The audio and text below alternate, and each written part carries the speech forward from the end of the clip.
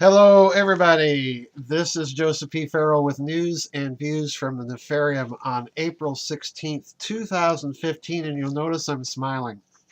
I'm kind of grinning because there's been interesting developments this week for the Nefarium, which, if you don't know what the Nefarium is by now, folks, it's my little nickname for the powers that be that think they can run the world, okay?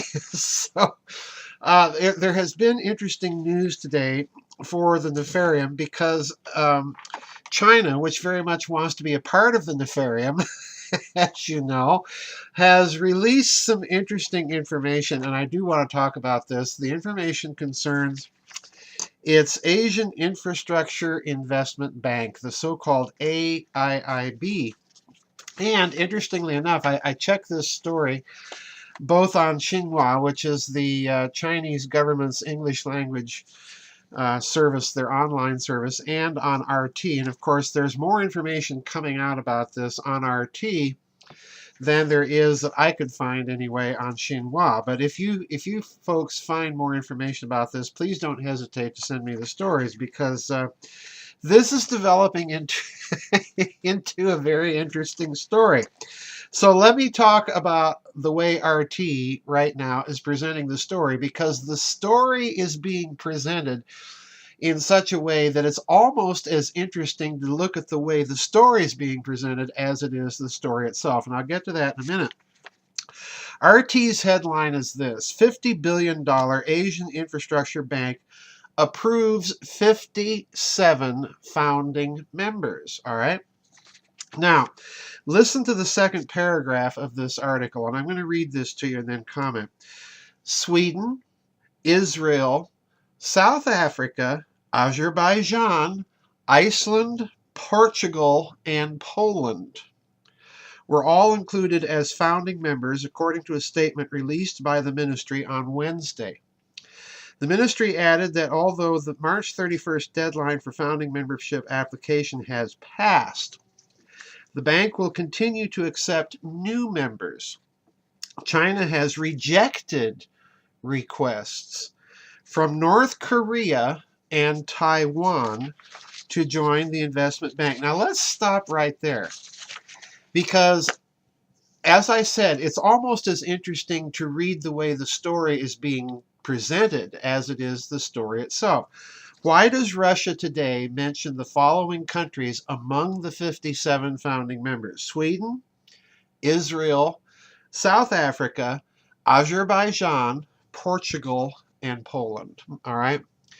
Now, if you look at that list in and of itself, the first thing you're going to discover is Sweden, Portugal, and Iceland have all had or are having their problems with the central bankers within the Anglo-American financial elite, the European financial elite, and so on. So that was the first little clue that what they're signaling here has something to do with Europe, and I'll get back to that. And Poland, incidentally. Now, let's not forget, in addition to this, the United Kingdom and Germany, all right, have also joined as founding members of this bank. So the United Kingdom now, since the United States has not joined this bank, the United Kingdom is now in the position of having to represent that Anglo-American financial interest in the Asian Infrastructure Investment Bank, and do so more or less alone, all right?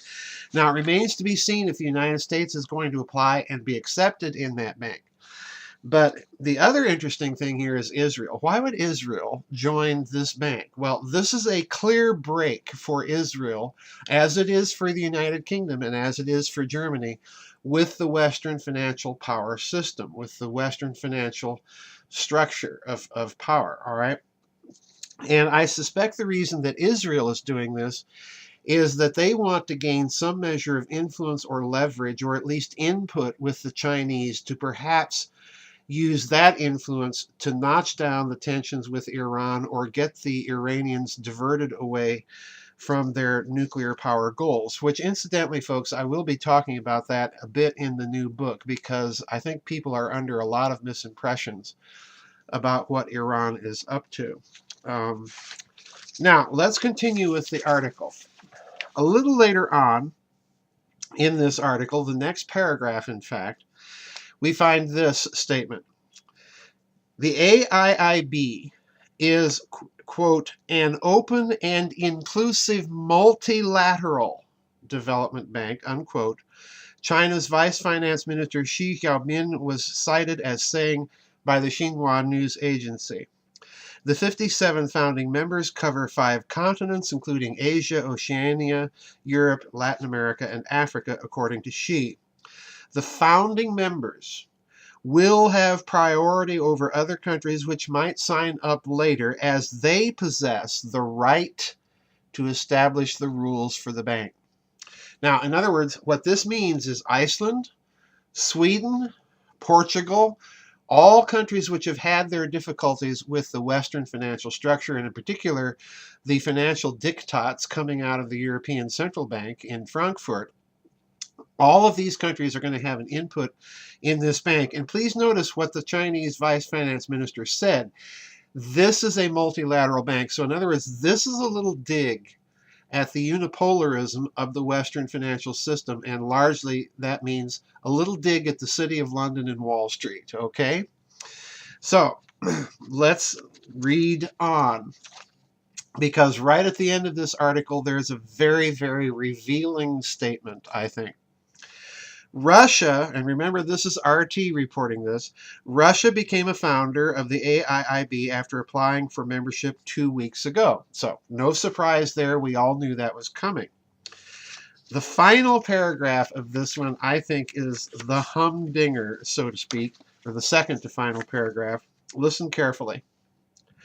The US and Japan are the 2 major countries that have abstained from joining the AIIB.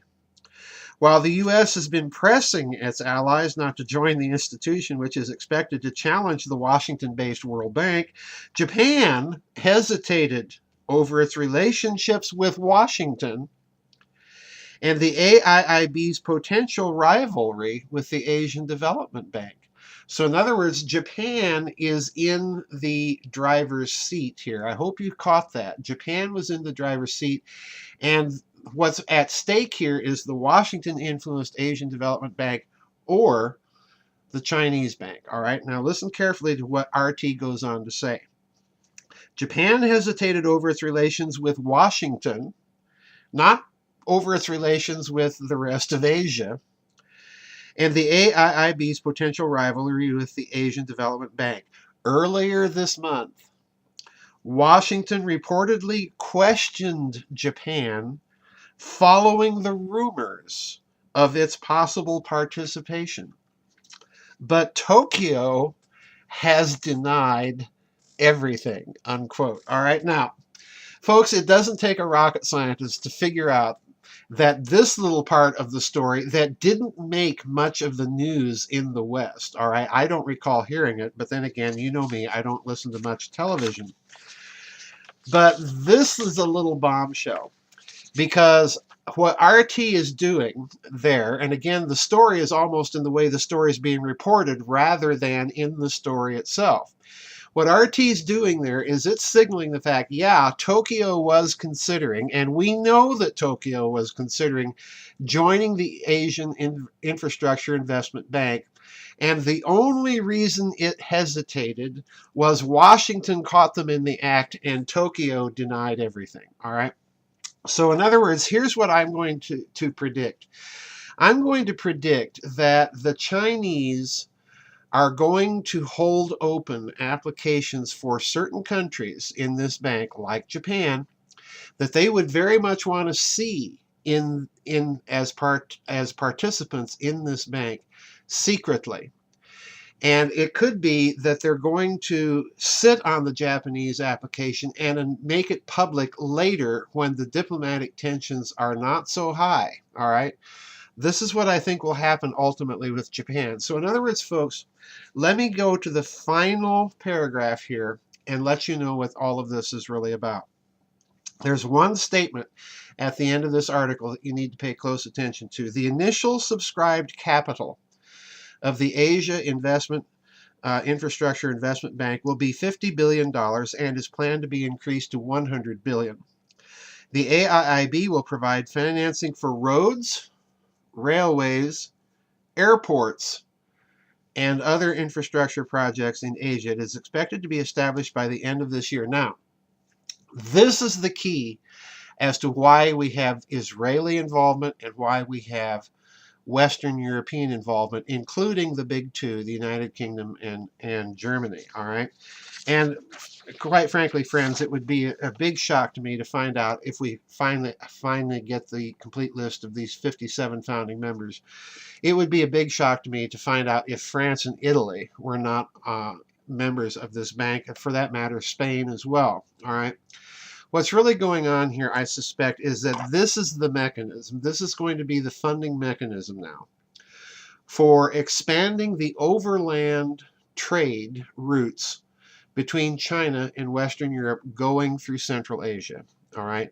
In other words, this is going to be the mechanism that's going to fund high-speed rail service on the southern so-called Silk Road route between China, Russia, and then the rest of Europe. This is going to be the mechanism that's going to fund roads in that region. And most likely we're going to see that there will be some development projects of that nature connecting India with Russia and China in that fashion as well. So this is a huge development. This has geopolitical consequences, folks, that are going to be with us throughout the entire next century, if not longer. This is a huge, huge development. What's really going on here is, if you can imagine the developed infrastructure and interconnectedness of the United States magnified to encompass the entire Eurasian continent. This is really what's going on here. This is really what is at stake. And incidentally, it's the presence of the African nations in this that's going to be a huge, huge part of this story, because this could be the mechanism that finally lifts most of the continent of Africa up to the standards that it needs to be. There are very few countries, Kenya, South Africa, and so on, in Africa that have that kind of developed infrastructure. This could be the mechanism that drives the rest of it, and of course that's going to give China and the so-called BRICS nations a great deal of influence and say-so in Africa. So this is a huge story, folks. Watch this one very carefully. Watch how this is going to be handled, particularly in Japan, because the Japanese, I just don't see them committing long-range national suicide and falling on their sword, not to drag up images from yesteryear. I don't see them falling on their swords simply for the sake of Washington, D.C. That little paragraph is an indicator that there was some real huge backroom maneuvering going on, that Washington got wind of it, that the Russians know about it. Don't be surprised if somehow the Japanese worked out a deal with the other members to come into the bank as full member participant status at a later juncture. And I can bet you that we're going to discover that Japan did have, when it does happen, did have significant influence in the establishment of the rules of the bank. So anyway, that's it for news and views from the Nefarium. Obvious news here today is China wants to become part of the Nefarium, or wants to start its own Nefarium franchise. So we'll see you next week, everybody, on the flip side, and God bless.